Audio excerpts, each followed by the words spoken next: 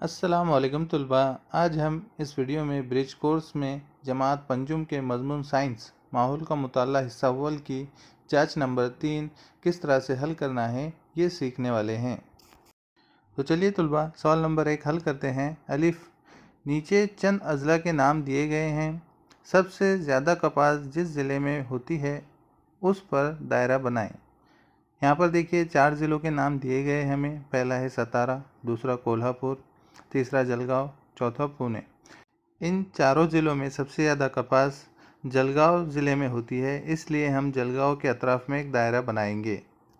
सवाल नंबर 1 का बे, नीचे दिए गए जुमलों में से नामुनासिब लफ्ज़ काट दीजिए।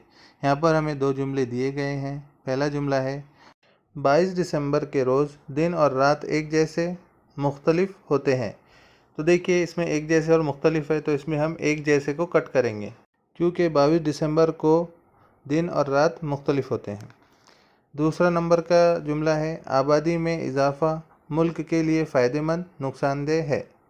तो मुल्क के लिए नुकसानदेह है, तो फ़ायदेमंद को हम कट करेंगे यहाँ पर। आगे सवाल नंबर 1 का जीम दिया गया है, बाहमी ताल्लुक़ लिखिए। ट्रक, शाहराह। ठीक है, ट्रक कहाँ चलता है? रोड, यानी शाहराह यानी हाईवे पर चलता है ना। तो बहरी जहाज़ का चलेगा बहरी रास्ते पे, तो यहाँ पर लिखेंगे। आगे सवाल नंबर 2 का अलिफ दिया गया है, हवा में पानी भाप की शक्ल में मौजूद होता है। ये दिखाने के लिए आप कौन सी सरगर्मी करेंगे?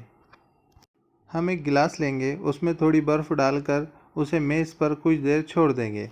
कुछ देर बाद हम मुशाहिदा करेंगे तो हमें क्या नज़र आएगा कि गिलास की जो ऊपर की सतह है उस पर पानी की बूंदें नज़र आएंगी। वो बूंदें कहाँ से आई है? वो बूंदें हवा से आई है। जो पानी भाप की शक्ल में हवा में मौजूद था वो बर्फ़ की ठंडक की वजह से बूंदों में तब्दील हो गया। चलिए आगे बढ़ते हैं। आगे सवाल नंबर 2 का बे दिया गया है, आपको शक्ल में कौन सी कुदरती आफत नज़र आ रही है? शक्ल का मुशाहिदा कीजिए और नताइज लिखिए। तस्वीर में दिखाई गई कुदरती आफत सैलाब है। सैलाब की वजह से बच्चे, मवेशी और इंसानों के डूबकर हलाक होने का अंदेशा होता है। हर जगह पानी भर जाने की वजह से आमद व रफ्त के रास्ते बंद हो जाते हैं और इलाके की बिजली भी चली जाती है। इस तरह से यहाँ पर सवाल नंबर 2 हमारा मुकम्मल होता है। आगे सवाल नंबर 3 का अलिफ दिया गया है, कुदरती आफात और इंसान के ज़रिए आने वाली मुश्किलात की फ़हरिस्त तैयार कीजिए। पहले हम कुदरती आफात के ज़रिए आने वाली मुश्किलात की फ़हरिस्त लिखेंगे। पहला है कुदरती आफात की वजह से जानी व माली नुकसान होता है। दूसरा, रास्ते टूट जाते हैं। तीसरा, बिजली चली जाती है। चौथा, इलाके में ख़बर रसानी बंद हो जाती है। पाँचवा, पीने के लिए साफ़ पानी नहीं मिलता। इस तरह से और बहुत सारे मुश्किलात पेश आती हैं, तो आप वो भी लिख सकते हैं। अब हम इंसान के ज़रिए आने वाली मुश्किलात की फ़हरिस्त बनाएंगे। पहला, इंसानी आबादी में इजाफ़े से कुदरती वसाइल पर बोझ बढ़ता है। दूसरा, पानी, हवा और आवाज़ की आलूदगी इंसानों की वजह से होती है। तीसरा, आमद-रफ्त के ज़राए के वाफर इस्तेमाल से धुएँ से होने वाली बीमारियों में इजाफ़ा होता है। नंबर 4, जंगलात की कटाई से हवा में ऑक्सीजन का तनासुब कम होता है। इस तरह से इंसान की वजह से और भी कई मुश्किलात पेश आती हैं, तो आप इसमें ऐड कर सकते हैं। चलिए आगे बढ़ते हैं। सवाल नंबर 3 का बे, वजह लिखिए। पहला, बारिश के मौसम में पानी उबाल कर पीना चाहिए क्योंकि पानी को उबालने से पानी में मौजूद खुर्दबीनी जानदार ख़त्म हो जाते हैं और बीमारी होने का ख़तरा टल जाता है।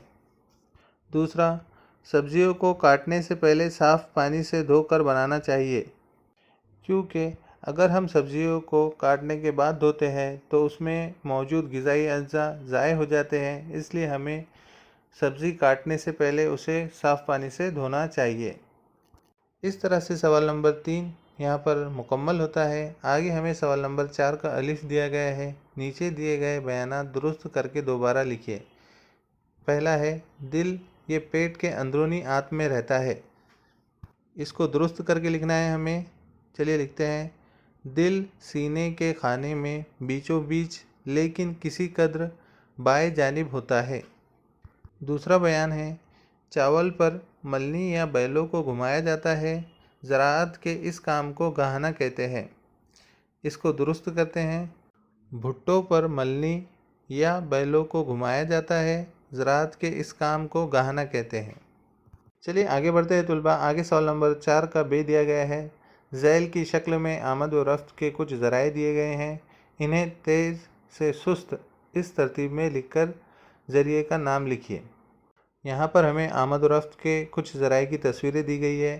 ہمیں کیا کرنا ہے، انہیں ترتیب لگانا ہے۔ کیسی ترتیب لگانا ہے کہ تیز سے سست کی طرف، جو ذرائع تیز دوڑتا ہے وہ پہلے آئیں گا، اور جو سب سے سست چلتا ہے یا دوڑتا ہے اسے آخری میں لکھیں گے۔ تو سب سے پہلے آئیں گا ریل، ریل سب سے تیز دوڑتی ہے۔ اس کے بعد موٹر سائیکل، تیسرے نمبر پہ آئیں گی سائیکل، اور چوتھے پہ آئیں گی بیل گاڑی۔ تو اس طرح سے اس کی ترتیب ہے تیز سے سست کی جانب۔ آگے سوال نمبر 4 کا جیم دیا گیا ہے، صرف نام لکھیے۔ پہلا ہے جلد ٹھیک ہونے والی بیماری، اس میں ہم لکھیں گے بد ہضمی۔ دوسرا مختلف قسم کی معلومات حاصل کرنا اور دوسروں تک پہنچانا، یعنی خبر رسانی۔ اس طرح سے سوال نمبر 4 یہاں پر مکمل ہوتا ہے۔ آگے سوال نمبر 5 دیا گیا ہے، نیچے دیے گئے سمتی چکر کے خالی چوکون میں مناسب لفظ لکھیے۔ دیکھیے یہاں پر ہمیں کچھ سمتوں کے نام دیے گئے ہیں، اور جو خالی جگہ ہے وہاں پر ہم نے دوسرے سمتوں کے نام لکھنا ہے۔ تو چلیے شروع کرتے ہیں۔ شمال اور مشرق کے بیچ میں جو سمت آتی ہے اس کا نام ہے شمال مشرق، ٹھیک ہے۔ اب دیکھیے شمال کے اپوزٹ سائڈ میں کیا آتا ہے، جنوب، تو یہاں پر جنوب لکھیں گے، ٹھیک ہے۔ مشرق کے اپوزٹ میں کیا آتا ہے، مغرب، تو مغرب لکھیں گے، ٹھیک ہے۔ اسی طرح سے مغرب اور شمال کے بیچ میں کیا آتا ہے، شمال مغرب۔ تو اس طرح سے یہ کرنا تھا۔ اگر آپ کو ویڈیو پسند آیا ہو تو لائک کریں، شیئر کریں، اور چینل کو سبسکرائب کر کے بیل آئیکن بھی دبا دیں، جس سے آپ کو نئے ویڈیوز کی نوٹیفیکیشن ملتی رہے۔ Thank you.